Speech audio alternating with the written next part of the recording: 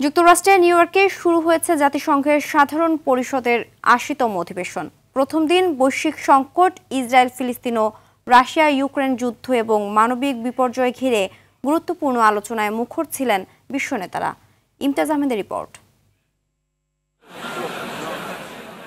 প্রতি বছর সেপ্টেম্বরে জাতিসংঘের সাধারণ পরিষদ অধিবেশন পরিণত হয় বিশ্ব কূটনীতির কেন্দ্রবিন্দুতে। এবারও এর ব্যতিক্রম হয়নি।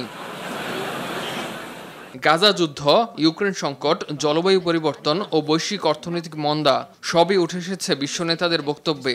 অনেকেই দ্বিরাষ্ট্র সমাধানের উপর গুরুত্ব দিয়ে বলেছেন, স্বতন্ত্র ফিলিস্তিন রাষ্ট্র ছাড়া মধ্যপ্রাচ্যে শান্তি প্রতিষ্ঠা সম্ভব নয়। অধিবেশনের উদ্বোধনী দিনে বক্তব্য দিয়েছেন তুরস্কের প্রেসিডেন্ট রিসেপ তাইয়েপ এরদোয়ান। এদিন বিভিন্ন বিষয়ে কথা বললেও গাজায় প্রায় 2 বছর ধরে চলা ইসরায়েলি আগ্রাসনকে সবচেয়ে বেশি প্রাধান্য দিয়েছেন তুরস্কের প্রেসিডেন্ট।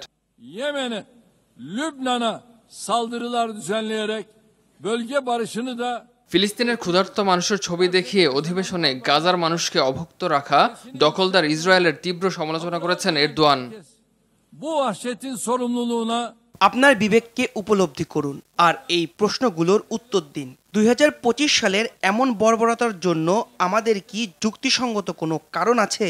এই লজ্জাজনক ছবি গাজায় হচ্ছে এবং গত 23 মাস ধরে অনবরত হচ্ছে। Filistinli mazlumların yanında মার্কিন প্রেসিডেন্ট ডোনাল্ড ট্রাম্প সাধারণ পরিষদে তার ভাষণে বিশ্ব নিয়ে নিজের ভীষণ তুলে ধরেন। বৈশ্বিক প্রতিষ্ঠানগুলোর ভূমিকা নিয়েও কথা বলেন ট্রাম্প।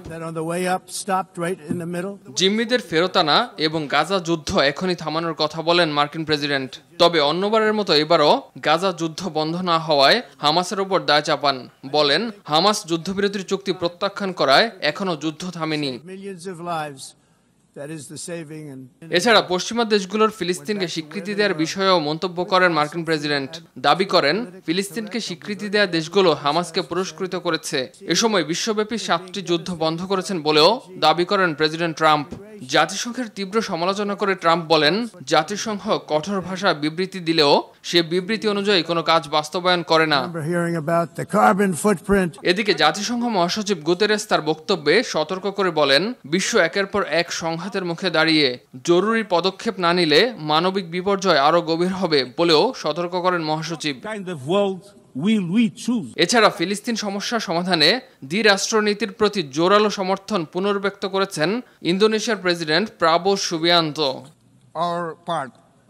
বিশ্বের সবচেয়ে বড় কূটনৈতিক এ মঞ্চে দেয়া বক্তব্য কেবল আলোচনা নয়, ভবিষ্যতের বৈশ্বিক নীতি নির্ধারণেও বড় ভূমিকা রাখবে, এমনটাই মত বিশ্লেষকদের। ইমতিয়াজ আহমেদ, RTV।